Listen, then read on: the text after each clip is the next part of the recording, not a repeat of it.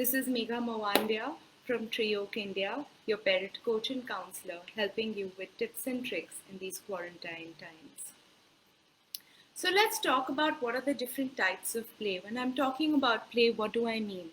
Whenever I talk to parents about connection and play, the one thing that they love talking to me about is how every evening they love spending time with their child in the bed, they read a book, they say their prayers, and they talk about their day.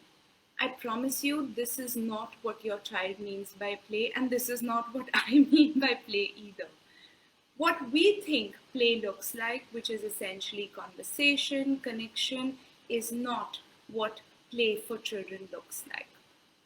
And it's actually not even play for us. It's just connection time and quiet time, and it's a lot of other things, but it isn't play. So when we're looking at play from the perspective of children, we're looking at role play.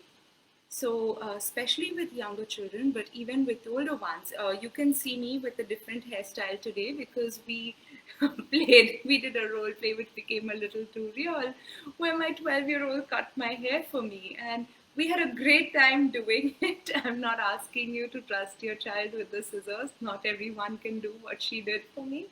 But role play is has no age to it, and we encourage it a lot, and especially when they're younger, because role play helps them make sense of the world around them. It is through role play that the limits that you set to your child, they're able to play out the response of it. They're able to switch the power struggle in role play. So, what does role play look like? Right now, of course, school is not a scenario, but for many of you or some of you, the home distance learning is a scenario. So, how about role playing around that? Or for those of you who are working from home and are attending conferences and doing webinars. So, for example, right now, I have occupied this space and my children have to tiptoe. I mean, they might be around in this room, but they're off camera, and there is an expectation of how they need to behave. In role play, we would reverse the role where they would be sitting at prime position in the house, and I would have to be tiptoeing around, and they get to make eyes at me or get angry at me and say, "Shh, I'm working, get off me, I'm doing a meeting." And this role play is where they get to play out what's bothering them to in front of with reversing that role with the other. This could also be played with toys in the house, so there could be a doll who's part of that role play.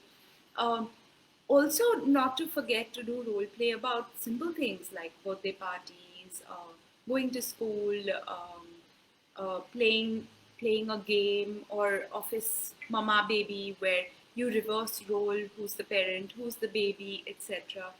These are ways in which children make sense of the power where they don't have the control that they would like to in that situation. The second type of play that we like to encourage is called roughhousing. So, this is the really boisterous, aggressive play.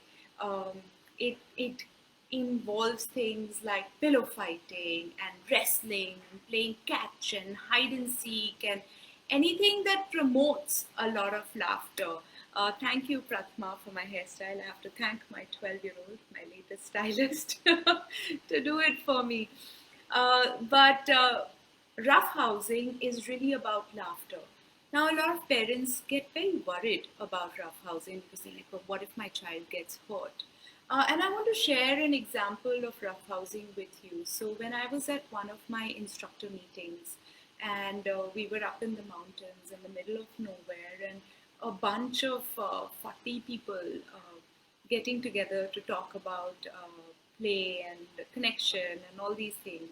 And we tried a roughhousing exercise where we just piled up on top of each other. So it was really like like a pile of bodies of big people lying on top of each other. And at first, when they said we're going to try doing this, because you really need to let go of inhibitions in your body to get into play, right? So we were trying that out. And when they said let's do it, I was very scared because I have a slip disc issue, and I was worried that it might get triggered and it might not feel safe. And they said, don't worry about it, give it a go. And I lay down. I mean, I was in the middle of this pile, so there were people below me, there were people above me, and everyone's just getting in. And there was a lot of tactile pressure that you got. And there was this one point in maybe 15, 20 seconds getting into that pile where I felt a really tiny twitch. And it was like a miracle because someone next to me noticed that I'm uncomfortable and the body's just opened up. It was like instant, Megha's uncomfortable. And everybody just opened up, gave me space. I said, no, I'm not too bad. It was just a slight twinge. They were like, get comfortable. And the pile was back on again. So what I'm trying to say is, why does roughhousing look uncomfortable to us? Because very often, what is supposed to be play becomes competition, becomes a way to overpower the other. When we hold on to the tenets of play, which is respectful, which is about love, which is about connection, about getting into each other, then it is very safe. So if your child at any point feels uncomfortable with the play that you're doing, you need to be tuned in. You need to go into that roughhousing play not with the intention to compete or beat, but you need to go into this with the intention to just play, to be delightful, to laugh, to make laughter the star. So I keep talking to parents and to my children about always remember laugh with and not laugh at. Altogether, too often, our play is about laughing at, which isn't a safe place for anyone. It becomes about teasing, it becomes about overpowering, and that's when it takes away the healing properties of play that we're looking at. So don't be afraid of physicality in play. In fact, welcome the physicality of play, but definitely be tuned in to how the other person is feeling. Be very respectful to release, to feelings, and to the word no. So a lot of families enjoy tickling in their play, and we actually discourage tickling a lot. Thank you, Nidhi, for joining us and enjoying what we're talking about. Please, guys, keep the comments going. It's really encouraging. I've received so many calls and messages and emails from all of you over the videos that you all have been watching, and it's really the sunshine to these quarantine times to see that these videos are reaching out to so many of you, resonating and making a change in your lives. So even if it's just to say hi, please do reach out. It's very uplifting and encouraging. So going back to what I was talking about, which was I have lost my chain of thought. Give me a second to get back to it. Tickling, yes. So tickling, we at Hand in Hand Parenting and at Tree Oak highly discourage tickling. The reason being is because tickling is not about consent. So tickling is involuntary laughter. And unfortunately, by definition, tickling becomes about overpowering the other, taking control over their choice of their body, whether they want to laugh at or not, because involuntarily they have to laugh because of the tactile pressure that they're getting. However, there are some families which love tickling, and they get very discouraged when I tell them that no tickling, we discourage tickling. So a gray area or an alternate to tickling, which seems to be working well in the families that I have spoken to about, is to give your child a safe word. So the safe word could be something really silly like silly putty, or peanut butter cupcake, or snickerdoodle, any random word, Cadbury, and every time your child says that, you stop. So you go into tickle, and you see, take your time to go into tickle, because many times just that act of going in is enough to bring out the laughter, and that laughter is more voluntary than actually going in, putting in that touch. So you try to go in, you go in closer and closer, and they get that feeling, that bubbling up of laughter, and maybe you're almost there, and they say, stick a doodle, and you freeze. And that brings laughter too. And then you go in again, and they say, stick a doodle, and you freeze. So what you've done is you've taken a game of overpowering, like tickling, and you have broken that cycle of overpowering that person into making it about consent, because now your child has control over when they say stop, over when they say no, I don't want this now. Um, and they and and you have kept laughter as the star of the entire show. So you've not taken tickling out, but you've taken the power struggle in tickling away from it. So that's how you can bring tickling in if you like to, but if it is not important in your family, best to do away with it. A lot of people, there's a lot of literature out there which talks about how tickling feels not safe and violating for a lot of people, and that they don't like it as adults when they're able to talk about it more openly.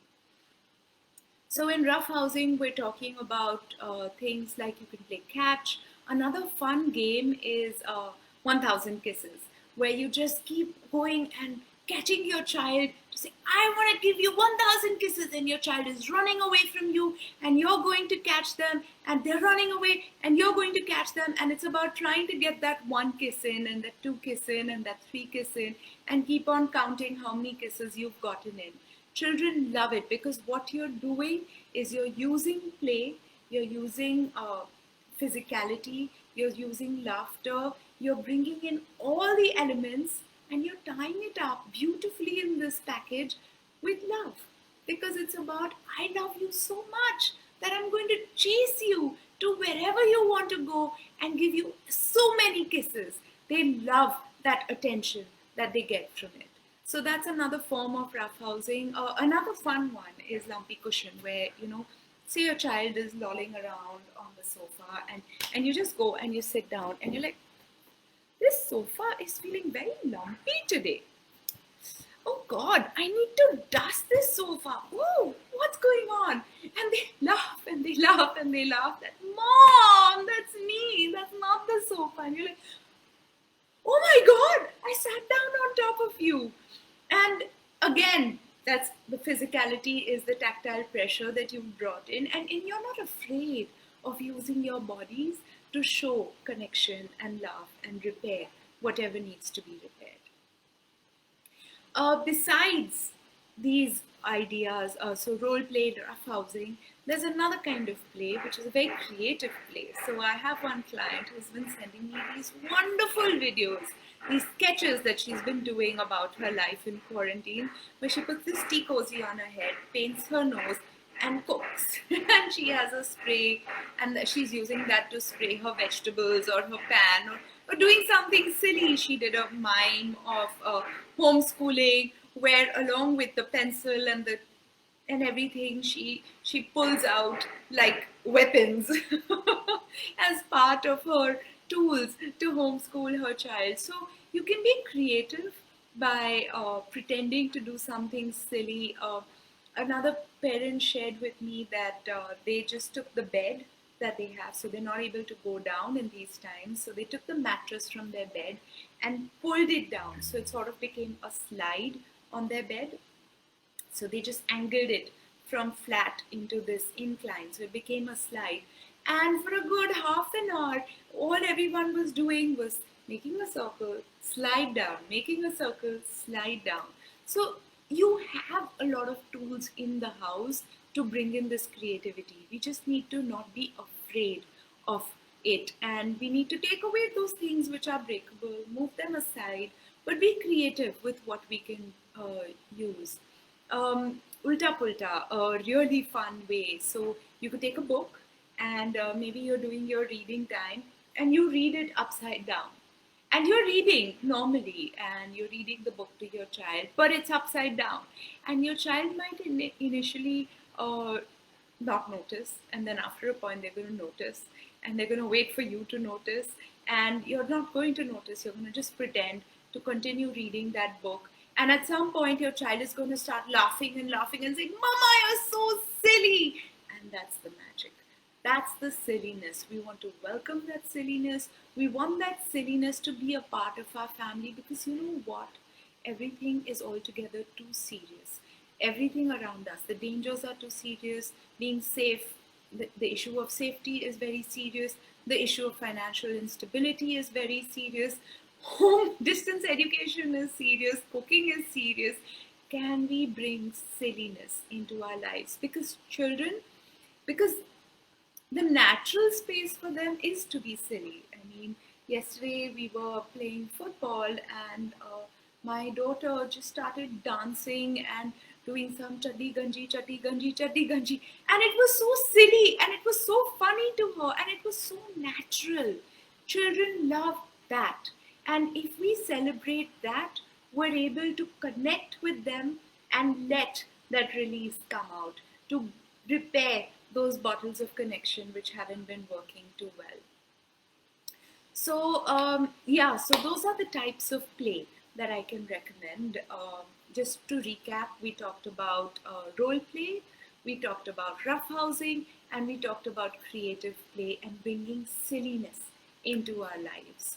Now, I want to talk about how do we use play to set limits. And this is really the most magical tool that is there in the hand-in-hand parenting toolbox, which is where we use play and laughter to set limits. So we don't believe in using reward and punishment and the carrot and stick approach, and if you do this, then this, I will let you do this, to setting limits at all, because we believe that they're really dualities, rewards and punishment, and they don't work, because what we want is compliance, what we want is understanding, and they're doing neither of the two. So till understanding doesn't come in, so for children, because their brains are still developing, and it is our role as parents to take those decisions for them till they reach the cognitive ability to start taking over. And I'm not going to get into too much about that right now, except to say this, that it is not till the age of 27 that that entire cognitive ability is developed. So I'm not saying till 27 make all your decisions for your children, but what I'm saying is phase it out slowly and steadily. Your child doesn't wake up one fine day at the age of 1 and starts to walk. There are phases to their ability to walk over that 1 year, actually even in utero period, before they're able to develop those muscles and the strength and the confidence to be able to walk. Just like that, it takes 27 years for decision making to become set into their psychology, and we need to harness it slowly and steadily and support it to scaffold that decision making in that period. Thank you, Prathama, for appreciating the greenery. I've done a really funny setup, so because I really wanted to do play with my palm tree, because I feel nothing brings out that feeling of play as much as greenery does, and I didn't want to have this session today without a bright spot of greenery on the screen today. So going back to setting limits with play. So we believe that you need to control the reasoning. So when you're setting limits, don't get too much into the reasoning of it. Over a period of time, your children will develop an understanding into why you have set that limit. So don't get too worked up about it, and don't start feeling the pressure or the need. I need to tell my child why. Instead, just bring in that limit with play. So, for example, if your child doesn't want to brush their teeth, and they're like, "No, Mama, I don't want to brush. You're always making me brush." Aww, where did that noise come from? It's me right here. Who's talking? It's me, Mr. Brush. Why don't you want to brush? Do you think I like to come into your mouth every morning? It is so stinky. I don't like this. Stink. This brush can talk. Did you know that? And your child will get fascinated. And all of a sudden, instead of it becoming a struggle about brushing, it's going to become about this this brush talks and no mama's pretending, and play with that idea. So personify things. Even your broccoli can become a person. Um, Instead of always saying this is good for you, say yucky. Even I hate broccoli. I'm gonna put, oh, I don't like it. Oh, I don't like it. Oh, I'm gonna eat it. And be creative, but every time you need to set a limit, think about how can you do it playfully. Think about how it can not be serious, how it can not be a power struggle, but it can be something fun and something playful. Reverse psychology also works really well. But when you do reverse psychology, there is a way to do it. So one parent shared with me, and this is the example of how not to use the reverse psychology. She's toilet training her child, and every time her child refused to go to the toilet, she said, "No, no, no, you're not allowed to go to the toilet." So don't do that, because we're trying to use, we want the child to go to the toilet, and to block that doesn't necessarily work. But to use reverse psychology, like, no, I'm going to go to the toilet first, no, you have to wait, no, I'm going to go first, no, this is my toilet, and start racing them towards the toilet, works like a charm, works beautifully. Or bring in a doll, say, no, no, no, no, before you go, it's Teddy's turn to go to the toilet, and dance with them. Let them dance to hold going to the toilet, and say, no, I'm going to hold it longer, I'm going to hold it. Okay, let's race to the toilet, and let them win the race and go to the toilet. So play with your limits. Don't make them very serious. The moment we start thinking about limits in a playful manner, number one, we start working on our feelings around limits. We start thinking about, do I really want this limit? Where is the need for this limit coming from? And if there are any pockets of emotions that make this limit challenging for me, I'm able to work on those pockets of emotions better. So there's a lot of advantages to setting limits with play, but give these ideas a go. Use it around eating, use it around toilet troubles, use it around brushing, bathing, doing schoolwork, whatever it is that's going on in your house. Um, so you can't do that. Me first. I want to. Personifying the thing are multiple ways in which you can set limits. So, what are the challenges? Final segment of our talk today. What are the challenges that come in the way of us being able to play better with our children? Number one, it's the stresses that we're dealing with. A plant that is wilted is not in a position to give shade to anybody else. And to recognize that wilting, to recognize that I'm not prepared to play today because I am not feeling right. So if it is about me not feeling right, I need to water myself first. That's the first step in me being able to play. Am I taking care of myself enough to be creative, to play, to be able to release within myself before I can go to my child?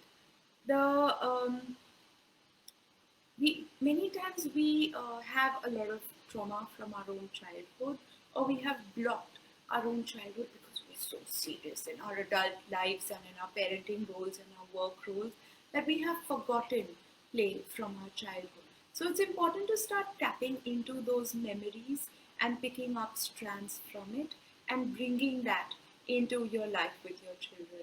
So swap stories, talk to family members, start normalizing childhood from your perspective. You were also a child once, and start drawing, extending that into your adulthood, and you will see that play comes easier. And take a break. Take a break for yourself, reconnect with yourself, do things to laugh for yourself, so that you're going to be able to go back into it with play.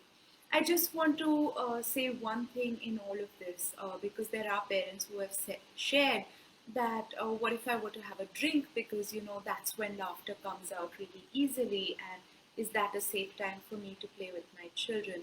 And I'll highly discourage that, because like I said, we need, when we do play, the play that I'm talking about is very mindful.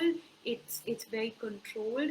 It's being very careful where the power lies. And the moment you've had any substance, you've lost that control. You've shut down a part of your brain, so then the safety will not necessarily be able to be maintained. So we don't want to encourage that kind of play and laughter, which I know is a very adult. A lot of people are like, no, but I laugh so much when I'm with my friends and I have a couple of drinks. That is a different kind of play. We want another kind of play with your children, because safety is your responsibility, and making sure that they are not getting overpowered, and that comfort for them is maintained is your responsibility. Before I sign off, I definitely want to address the question today about addressing teen tantrums. So it's a big one, and we're especially right now seeing a lot of teenagers being uh, feeling very closed in and claustrophobic and very angry in this situation. So what's coming out as anger is actually just they have this need to be out and about, and not necessarily all the time. It's this claustrophobia of being locked in with family and cut off from their friends. Um, However, play works beautifully with them too. But when you're playing with teenagers, number one, we need to get into their language. So you don't get to pick the play, they get to pick the play. Go close to what looks like play for them. So if playing video games is what they're into, join them in that video game. For you to sit on an ivory tower and say, no, but I don't know how to play video games and I don't play video games, doesn't work. Get down to doing what they do. So if they like to watch movies, try to snuggle in close to them, lie around, bring some popcorn in, and accept or try to open those barriers of distance between the two. And again, physical play. So we have studies which have shown that teenage girls in high school, right up till the time they go to college, who are roughhousing and wrestling and playing physically even with their fathers, go on into college and university and take on better leadership roles, and better they're more comfortable with themselves, their personalities, they're more risk taking in their professions and their careers. So there's no age to roughhousing. There's So my mentor Patty Whipler, one of the instructors, asked her that, look, I am 50 and my son is 6.5 feet tall. He's big and he's huge, and I don't think I can wrestle with him. And Patty, who's herself very frail looking, just looked that instructor square in her eye and said, "Get fitter." So we're really not saying that you can't play with your child of any age. If you start off early enough and if you show them what respectful play looks like, even your child, when they are stronger than you, will not use play as a way to show power. They will use play as a way to find release, to be collaborative, to be very caring about each other. So that's that about teen tantrums, keeping in mind play. Um, Thank you all for joining in today. The video is going to be available on Facebook, so please do share, like, send in your comments, and until next week, stay safe, be happy. This is Megha Mowandia, your parent, coach, and counselor. You can see more of my videos on Tree Oak India. Thank you. Bye.